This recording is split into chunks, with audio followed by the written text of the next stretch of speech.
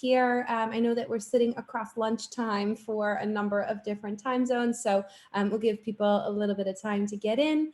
Just a little bit of housekeeping. You all know the drill by now. You've got the chat area at the bottom of Zoom. We also encourage you to turn on your video and come off mute if you would like to chat with us in real time. As we are waiting for people to pop in, I encourage all of you to introduce yourself in the chat. Please share your name, your organization, and then let's see. Let's also add any knowledge that you have about human factors. Do you know what human factors is? Have you ever worked with it before? Let us know in the chat if you do. And we'll get started in just about 2 minutes after the hour.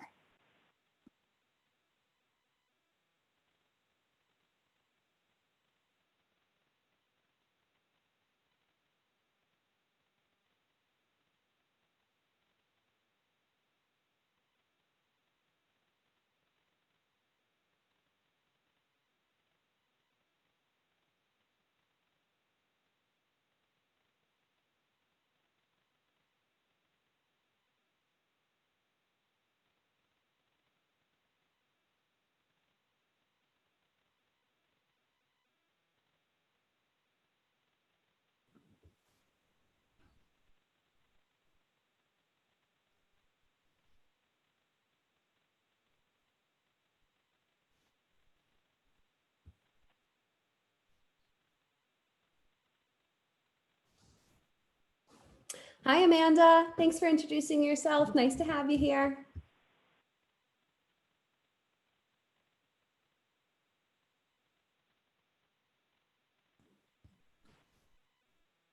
All right, as some other folks have popped in, I'm just going to go through a little bit more housekeeping again, and then we are going to get started. So I'm Georgina Canny. I run the Pragmatic Alumni Community, and I'm thrilled to be here today with Kenya Odur. As you are starting to filter in, please introduce yourself in the chat area. Let us know your name, your organization. Also, I would love to hear what your industry and your location is, just to help us get to know you a little bit better. Please also feel free to come off mute and turn your video on. We always love to see your faces, and this is a really kind of deep learning conversation that we're going to have, so we encourage you to interact with us. Certainly, we have this wonderful opportunity to have access to Kenya's brilliant experiences. So without further ado, I will get us going here. Like I said, we're here with Kenya Odur. We're talking about outside-in collaboration, and that's really how to improve your team partnerships so that you can achieve the ultimate goal of building better solutions, right? That's all we all are interested in at the end of the day. So Kenya is the managing director of Lean Geeks, which is a consulting and staffing firm. And Kenya really focuses on business strategy as well as organizational change in human-centered solutions. So she really works on definition and design thinking. And so she really works with all sorts of different organizations from the top down and from the bottom up to define different implementation processes that lead to better problem definition as well as improved solution outcomes. So Kenya is fantastic. She holds a doctorate in human factors psychology from North Carolina State. And so we are really, really lucky to have her here with us today. And without further, I will pass it over to you, Kenya. Thanks so much for being with us. Absolutely. Thank you so much, Georgina, and welcome to everyone. Good afternoon, and thank you so much for taking time out of your busy schedules to get on yet another Zoom call. I'm hoping that you guys find this conversation to be helpful and fruitful, and I love to answer questions. So please think about the questions that you have, put them in the chat. Let's take some time to talk about those things that are top of mind for you around the topic. So as Georgina mentioned, I am a human factors psychologist. And for those of you, I didn't see any comments in the chat around experiences in working with human factors professionals. But just to give you a high level, it's training around cognitive and experimental psychology, as well as industrial engineering. So looking at who's your user, how do they think, how do they work, some of the physical aspects of your user as well, and how you incorporate those considerations around the human in the loop or in the system in the process of designing out products, systems, tools, training, et cetera. So human factors psychologists care about the user in the loop rather than the system and having to fit the user into that, okay? My experiences span a couple of decades. I've had the opportunity to work within consulting.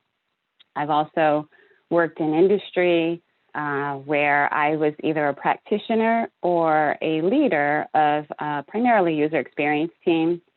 And in that experience, I've had the opportunity to sit in a UX vertical of its own in development or engineering and also in product management. So having that breadth of perspectives on how that user-centered design fits within the solution development space, it's been interesting in terms of seeing the pros and cons of each model, where you have a voice, where you have an opportunity to lead out in front, or you're consuming what's being given.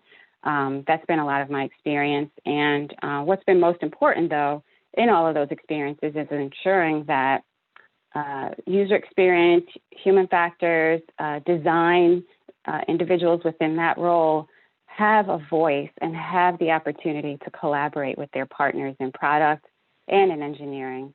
And so what's been important is making sure that teams that do design or own the research that informs design, that they understand that their focus is not only on understanding the user, but it's also understanding the needs of their partners in product and in engineering. So making sure that they partner effectively around understanding those needs and what they're building and what they're solving for. So let's take a look at what the problem is that we're looking at today. And a lot of the current challenges that teams have are around the fact that we're trying to make things better for our user or for our customer.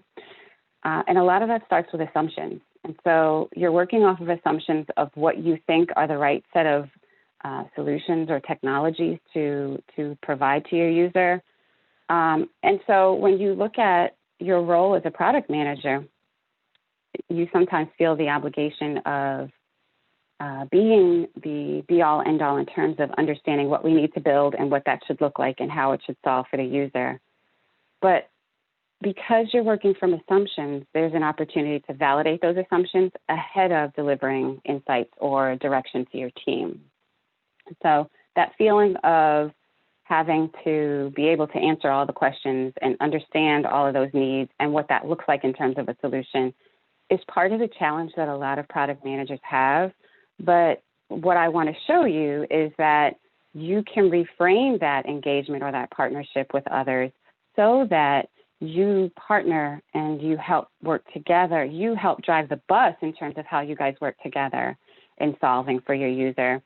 And where you don't do that, what you see in a lot of cases is that the team's trust, there's a breakdown in terms of their trust in product management decisions. And so this is where, you have to stop ship in terms of what's being built or where the team is in development. You have to stop the bus so that the team can come together and get clarification on, what are we solving? Are we solving for X or Y? There's an opportunity for clarity and that sort of thing when the team feels like they don't either have the information that they need, or if you kind of unpack that, it's a lack of trust in the decisions that you're making as a product manager. And so when you think about the opportunity that you have, you want to think about the fact that you don't have to go at this alone. You can use your partners in a way where you provide that vision or that definition and allow them to do what they do best to help you get to the outcomes you're looking for. So when we think about what we're going to talk about today, there has to be a desire to do things differently.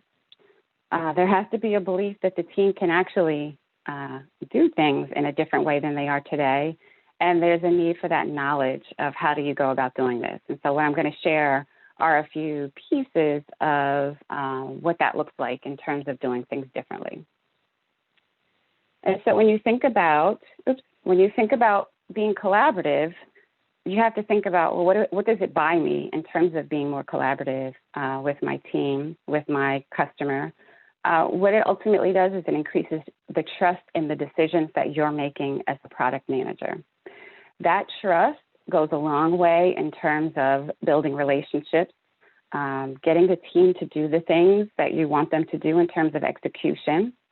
In terms of your customers are more tolerant of things that don't align exactly with their expectations or their needs when they trust the decisions that you're making and that you show them we're trying to pivot or adjust based on what we hear.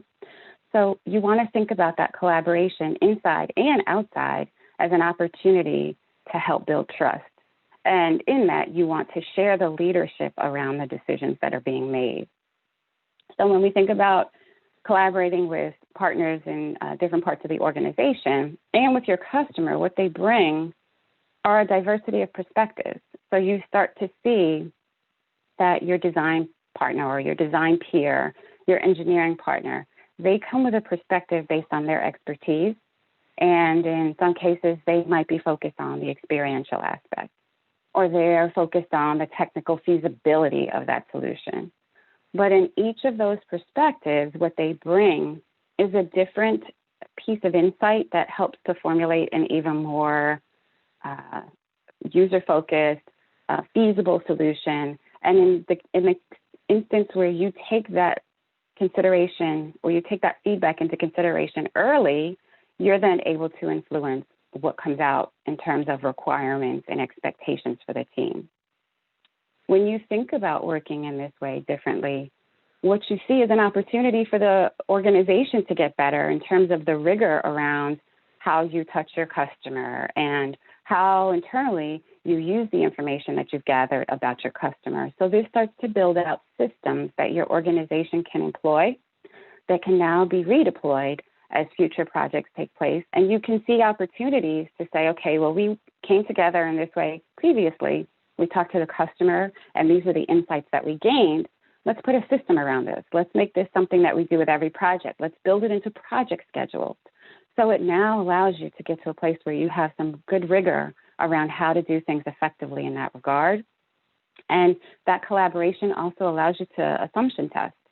So where you come to the team with a statement of, I think we should pursue, I think we should explore, I think this is the way we can do this, you can turn that statement of I think into a more definitive if you go out and test those assumptions with your users. So when we talk about the opportunity that comes out of this, you, again, strengthen that trust in the decisions that you're making. It also allows you to look at how data can support your decisions more effectively so that when you look at that churn that can occur, that naturally occurs with building any solution, the churn is less frequent, it's less severe in terms of pivots or changes because you're using data to make those decisions. You're using insights that you've gathered out in the market through various channels to help inform those decisions, which makes it a lot easier to have those conversations with your engineering peers, design, marketing, et cetera. And so you have to think about then how do you have or how do you build a collective accountability around those decisions? So now that you guys are using data to drive your decisions, how do you utilize each different team member's expertise or capability in a way where, again, you still own those outcomes, but you lean on them to help execute, to get answers to some of those questions so that you can make more effective decisions and still drive that bus, but have the people that are on that bus with you inform what direction you're going in. It also allows for an improved focus on the right things. So when we think about how often we fall into the predicament of looking at the roadmap, focusing on what's the next thing on that roadmap that we need to build versus taking those roadmap items out to customers, validating that, okay, are these things still valid? Are we still solving the right problems? Do we still have the right timeline in mind? Or is that something that's, you're past that? You're now looking at new opportunities to utilize our solutions. And so what you want to think about is how you improve your product by first improving your team and your role as a PM, okay? So that's what we want to step into, is how you look at the change in the way you work with your team members and with your customer. And so we're going to hit 3 key principles around that. So principle number 1 is about collaborating with your partners. And so your partners are individuals within your product team, but they're also your customers. And when you think about your product team partners, you want to think about your role in terms of representing the outcomes and the business, but you also want to have representation from your design team and your engineering team. So how many of you today, just by show of hands, how many of you today have a good partnership? You think you have a good partnership with those other disciplines within your organization?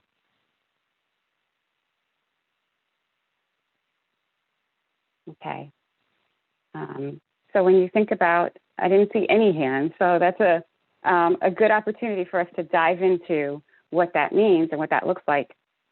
So when you think about that partnership, you always think about it as a 3-legged stool.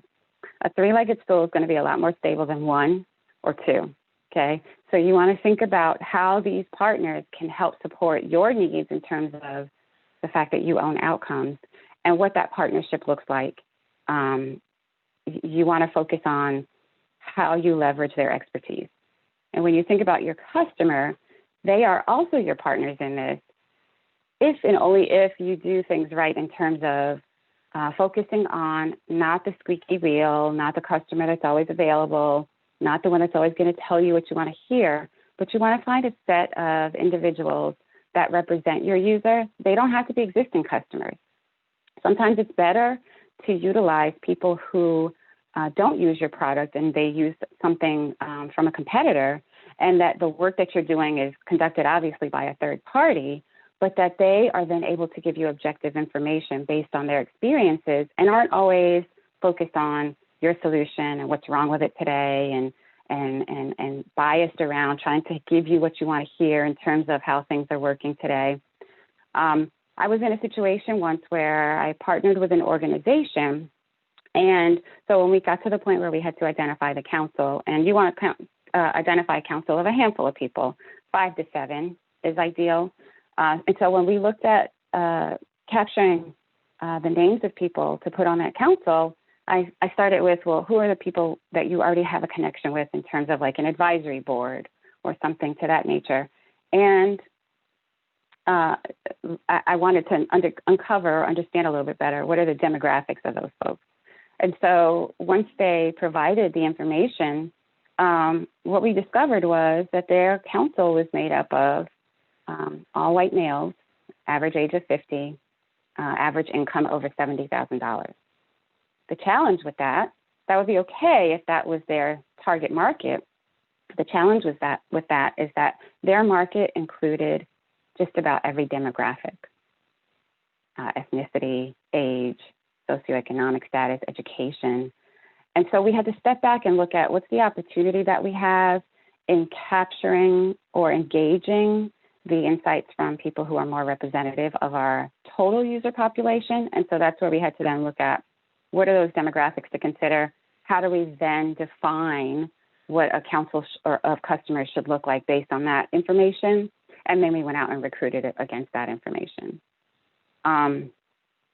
When we talk about the product team partnerships, I can recall a situation where the product manager, who also sat in their strategy organization, his typical engagement involved providing his engineering and user experience or interaction design team with a definition of, we're going to build feature X, and these are the things that it needs to do for our customer. And again, lots of churn around what does that mean? What is the context for using that solution, that sort of thing. And so when we looked at the 3 of them from a discipline standpoint, coming together and having those conversations from the beginning, what we found was the feedback that we received once we got to the point of putting together a picture of what that interface looked like, and from a technical perspective, understanding what the solution is. The feedback that we received was that three-legged stool partnership that took place from the beginning was so much more effective in getting to what we're building a lot quicker, a lot more confidence and trust in the decisions of that product manager. And there were fewer clarifying questions. There were fewer questions around the who, the what, that sort of thing, because all of that took place in the context of those activities while they were being performed. Now, when we think about our current landscape and the fact that just about everyone's remote today, you have to think about, what does this mean in terms of collaboration? Obviously, lots of teams are leveraging Zoom technologies and other systems like that, but it sometimes requires that we look at going beyond just the video technology and looking at tools that allow us to collaborate by using different whiteboarding or post-it note, digital whiteboarding and digital post-it note type technologies, or where people can break out into groups and do stuff and then present their ideas and move stuff around. And some of the tools that do that are that I've seen or used are Mural or Miro. So utilizing those with a Zoom technology, for example, can help in terms of getting the team to work together more effectively when everyone's distributed, or being able to get the customer involved in some of those conversations. Another thing you want to think about is based on the type of work you're doing with your customer in terms of understanding their needs and their challenges and that sort of thing. There are different methods to employ. So surveys are not the only way. Interviews are not the only way for us to connect with our customers. We can do things, for example, like diary studies.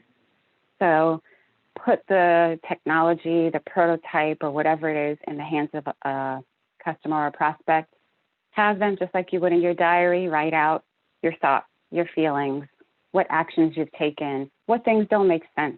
And so you have them go through that for a period of days, for example, and then they bring that data back, and you now have rich data around what they were thinking and feeling in the context of use, which can be extremely helpful in you then understanding a lot of those insights without having the opportunity to actually be there with them.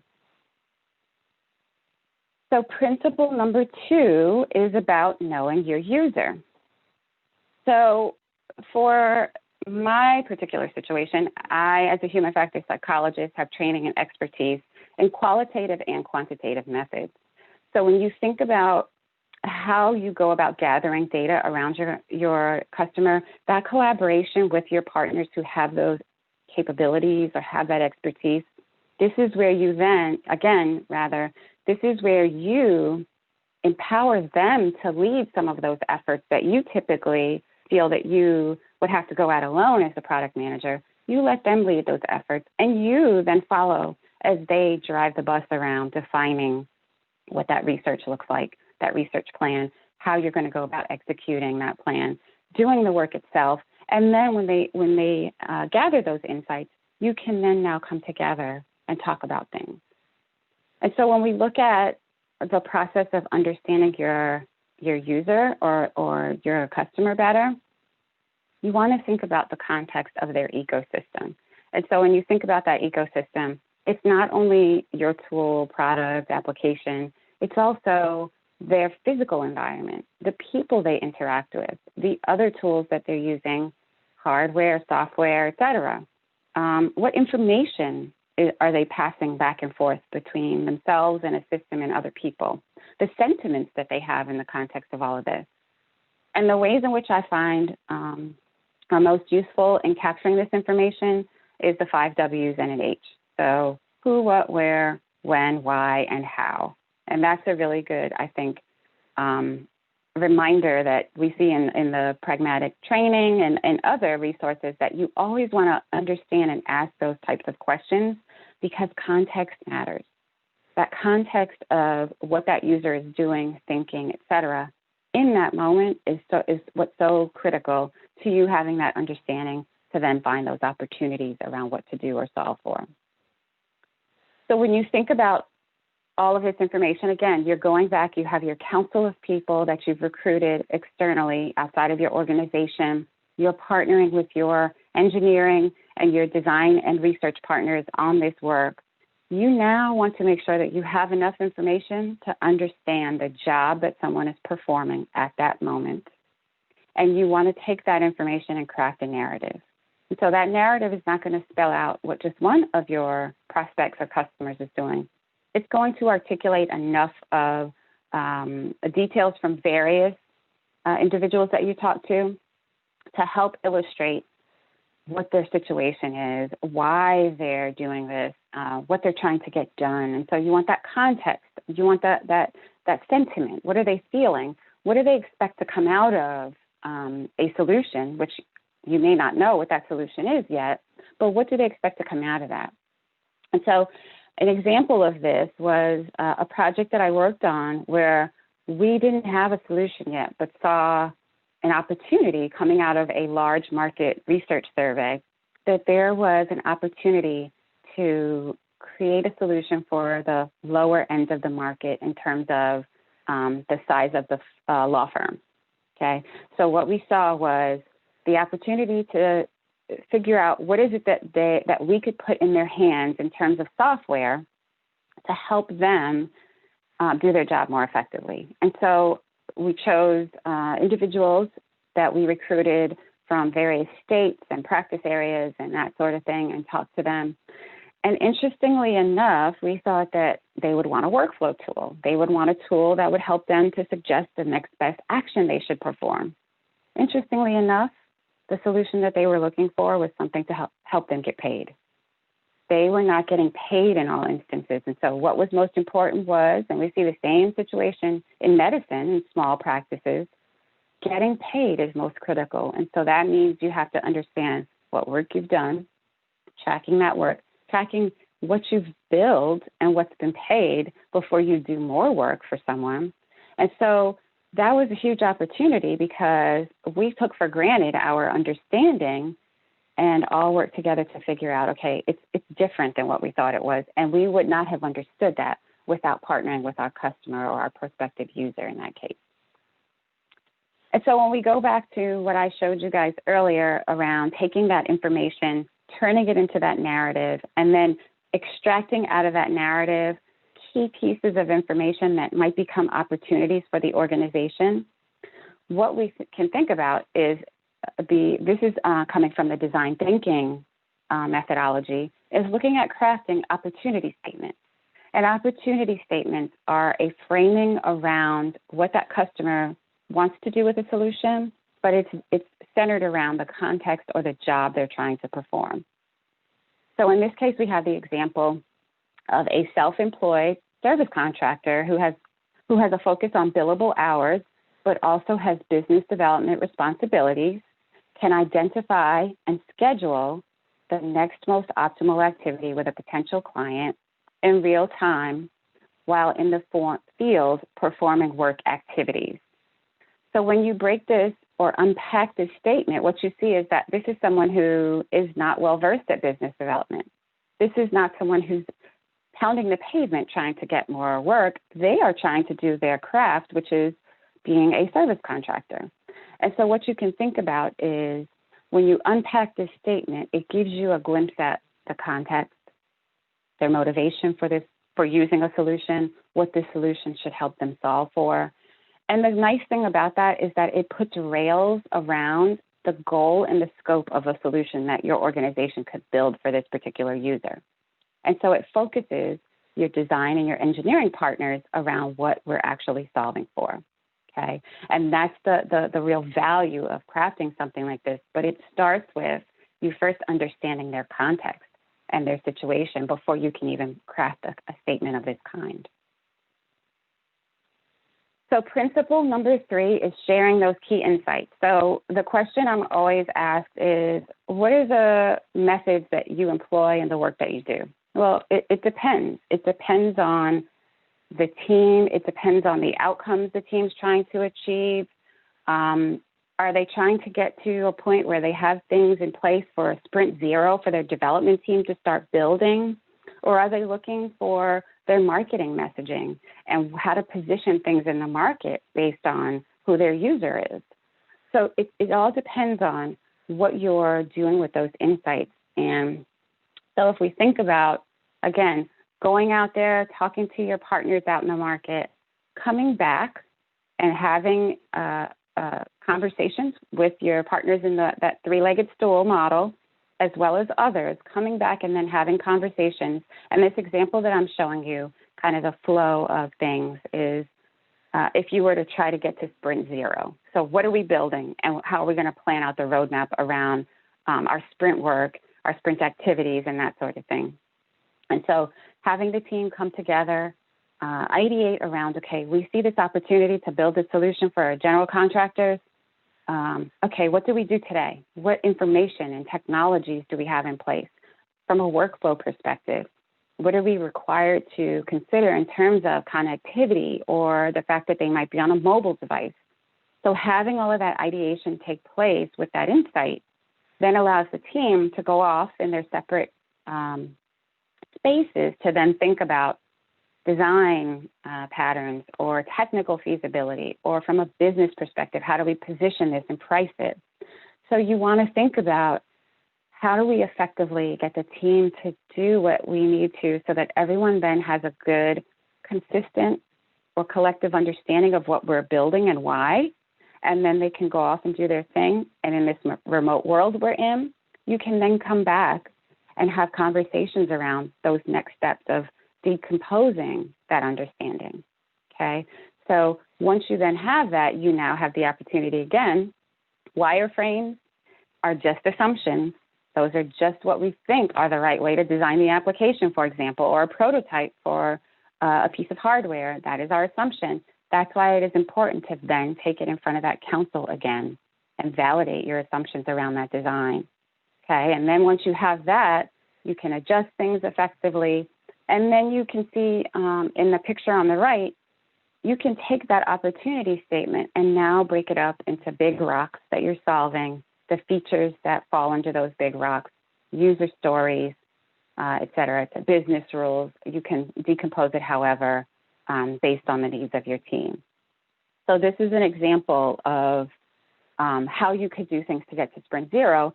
It might be in some cases that you're looking at creating a journey map or a workflow diagram of that user to help understand where your solution fits at different points and what that means for marketing. So you have to think about, again, outcomes of where are we trying to get to, what assumptions do we make today, and how do we validate those assumptions, and how do I partner with the team to get to a place where we can work together on finding and gathering that information. Okay, well, this is the end of, there's a lot that we could unpack in terms of what we've discussed, but of course we're limited in time. And so feel free to reach out to me via LinkedIn. Here's my email, web information. Again, we partner with organizations on doing work like this in terms of what are you trying to solve for, understand, and then we backtrack from there to try to understand how are we going to go about getting answers to that. So in the last few minutes, I'll open things up to questions, and I think Georgina is going to drive that. Yep, I got a few different questions for you as we were kind of walking through that, so I will surface those for you. To folks on the line, while we're kind of discussing some of the questions that have already come in, I encourage you to pop your questions into the chat, and I will make sure that they're answered. The first one is asking about how do you best manage change management internally, right? So I think that you've got some followers, they're with you, but the rest of the organization, what do we do about them? Mm-hmm. How do we manage that change management within the organization? We want to get away from the inside out thoughts that have historically been used, but our question asker here has mentioned that this is how we've always done it, is continuing to decision making, and even the data and outside data is kind of being brushed aside in those conversations. So it's getting a little bit more personal. What would you suggest about that? That's a good question. So the first thing I suggest, if you're not already doing this, is when you think about change management, the hardest part of doing any of this is change. And what I've learned from my experiences are that people get comfortable in the way that they're doing things, and they don't recognize that that's how the competition surpasses what you're doing, because they're thinking about what's next while you're thinking about what's comfortable and what feels right. One thing to start with or to think about is, in the context of the change that you're trying to employ, start with a pilot project. So you want to start with something that's not high risk, that's a project that allows the team to work through that life cycle together, and you then recruit a team of individuals across disciplines. And you want to make sure that the team that you recruit, hopefully they're the same people that are working on that solution, and you're not having to pull them from other ancillary teams. But what you want to do is you want to find people who want to see change happen, people who are indifferent and just going to, tell me what I need to do. But you also want to find your naysayers. And you want to pull them together to work through a pilot project.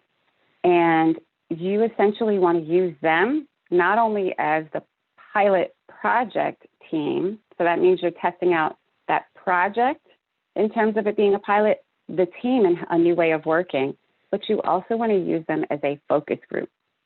So you want to have constant check-ins with that team. Before you start, it's a question of what are your concerns? What are your questions? What are our risks as a team? And you want to have regular check-ins with that team where you're coming together in a focus group sort of forum and having discussions around what progress are we making? What impediments do we still have? And what is it that you guys are feeling about this change?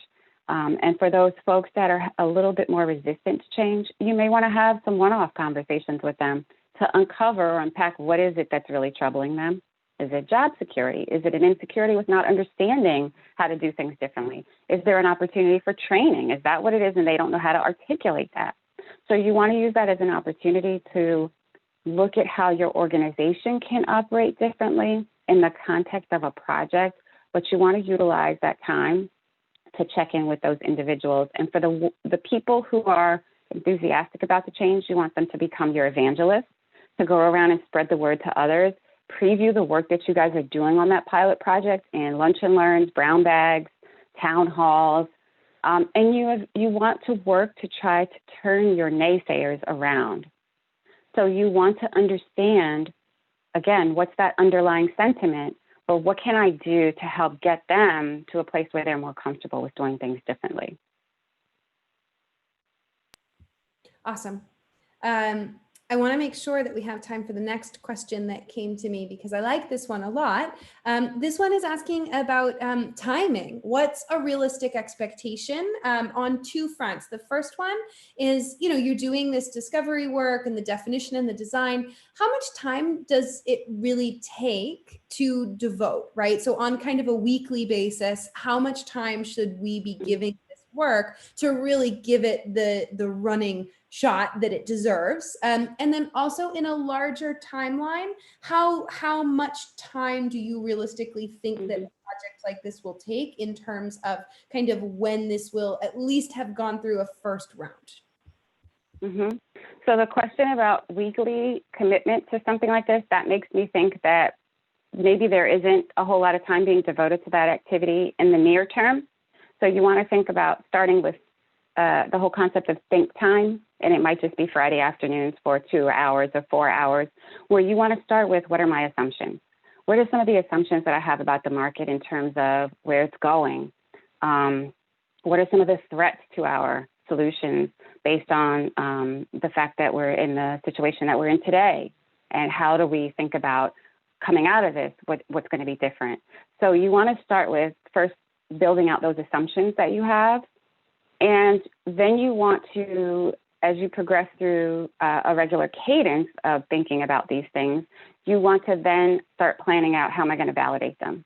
So how can I validate them myself based on what I read, what I hear, that sort of thing. But then you want to think about either you planning or partnering with others in your organization or outside that can help you in terms of planning rigor around getting the answers to those questions.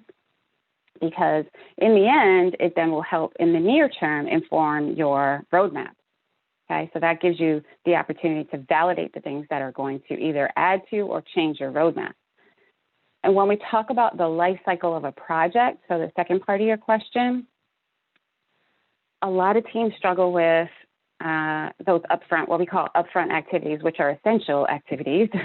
And we devote more time to production, engineering, development. And so what you want to think about is 50% of the project life cycle. So in my experiences of working with project managers or Scrum teams, if you have some sort of marketable release or release date or delivery to the market date, say that date is September 1st. You want to start from that date and back up to where you are today and look at how do we do as much as we can in the first 50% of that timeline so that the last 50% is devoted to engineering and production. So you want to have 50% of that project cycle devoted to those discovery and other activities, design, validation, and that sort of thing. So that, and what you'll find is going into development, there's a lot more confidence, there's a lot more clarity. I have seen situations where devoting 4 to 6 weeks to going out and gathering that research, just doing that gets you to a place of not only requirements, but high-level concepts, workflows, pain points, et cetera, based on how you do that. Again, it's about planning effectively and making sure you have the right expertise or partnerships in doing that work. I have to say that makes so much sense to me. And I'm thinking about my own work, and I'm kind of piggybacking off the answer to that question myself. So I love that answer, but it is also a little daunting, right? Theoretically, I'm like, yes, of course, that definitely makes sense. And then really internalizing it and being like, wait, how would I do that? It does start to get a little bit intimidating. I've got a question here as well that I think might help. Can you give us a real world success story where this really worked to kind of remind us that this is absolutely possible and can have some really fantastic outcomes? Absolutely. So if we think about if you're in a place where you know your development team is going to start on August 1, and you have to figure out, okay, it's almost July 1st, and we have till August 1, we have 4 weeks to figure things out. You want to use that timeline as pressure around how to time box those activities and what can we get done in this 4-week period. And so in a situation or a scenario that I've seen, I was working with a product manager and a designer who were in a position where the team was coming to that point where they're asking questions around what is it, why are we building this, what are users doing with it, that sort of thing. And there was a lot of a lack of clarity around what that solution really was. And so what we did was we planned out research to go and talk to 5 users over that 4-week period. Let's talk to 5 users. Let's then plan out that we've allotted time not only to talk to them, but to use those insights to then understand their workflow. Let's create workflow diagrams out of that. Let's then look at, when you talk about those different actions or goals within their workflow, let's now look at what are the steps that each user or user role in that context is doing and how our solution fits within each of those. Okay, the solution that we're conceptualizing. And so in that 4-week period, we planned out, executed that research, pulled together that workflow information and where the actual new solution that we were conceptualizing, where it fits in. And so the role that I played was to help drive or lead that effort in terms of planning out that research, what it looks like, what questions to ask, and that sort of thing. And the important component of that is that the designer and the product manager were in lockstep. They were present for every part of this activity, and in a lot of cases, they were the ones producing those artifacts coming out of that insight that we gathered. And so that then allowed them to create a proof of concept. So after that 4 weeks was up, they produced just a clickable prototype of what that solution looks like at a high level, which provided so much clarity to the team in terms of, is it a dashboard? What information are people manipulating or moving around on that dashboard? What are the user roles involved and that sort of thing? which provided a lot of richness to the conversation around the next steps of what are we building, what needs to come first, that sort of thing. Awesome. That's fantastic. Last call, folks, I made in the chat, but I will say here as well. We are just about out of time, so I want to make one last call for questions, if you have them. You can feel free to pop those in the chat, or you can come off mute and ask the question. Anyone else have anything you would like to hear from Kenya?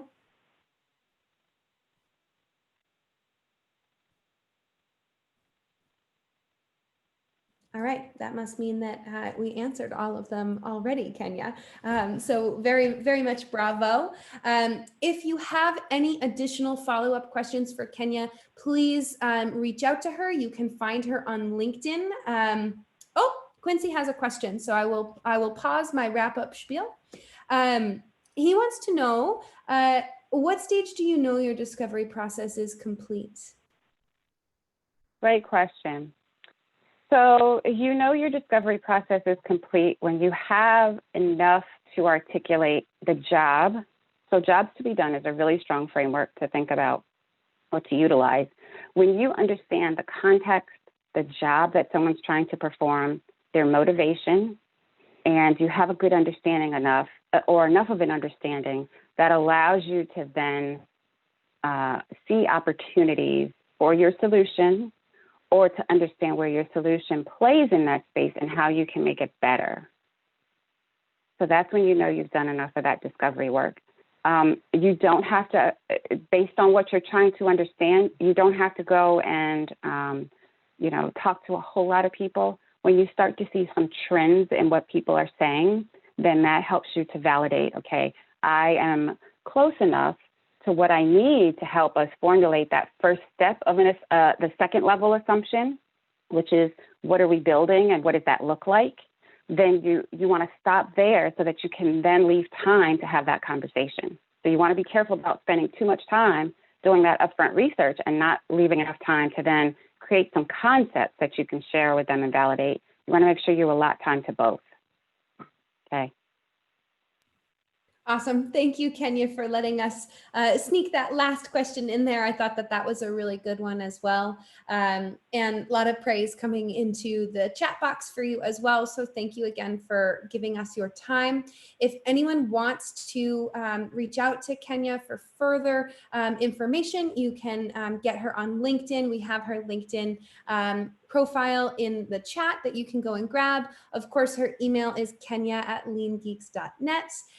Kenya is also going to be our honored guest of an Ask Me Anything discussion chat in the Pragmatic alumni community during the week of July 20th. So if you'd like to join us for that conversation as well, there is a link in the chat to learn more about coming in and hanging out with us in the Pragmatic alumni community. And with that, thank you very much again, Kenya. We really appreciate your time. Absolutely. Thank you again. And please don't hesitate to drop an email, connect on LinkedIn, and I'll answer your questions there as well. Fantastic. Thanks, everyone. Have a wonderful day, and we will see you at our next Pragmatic Product Chat, Business Model Shifts for the Future. Have a good one.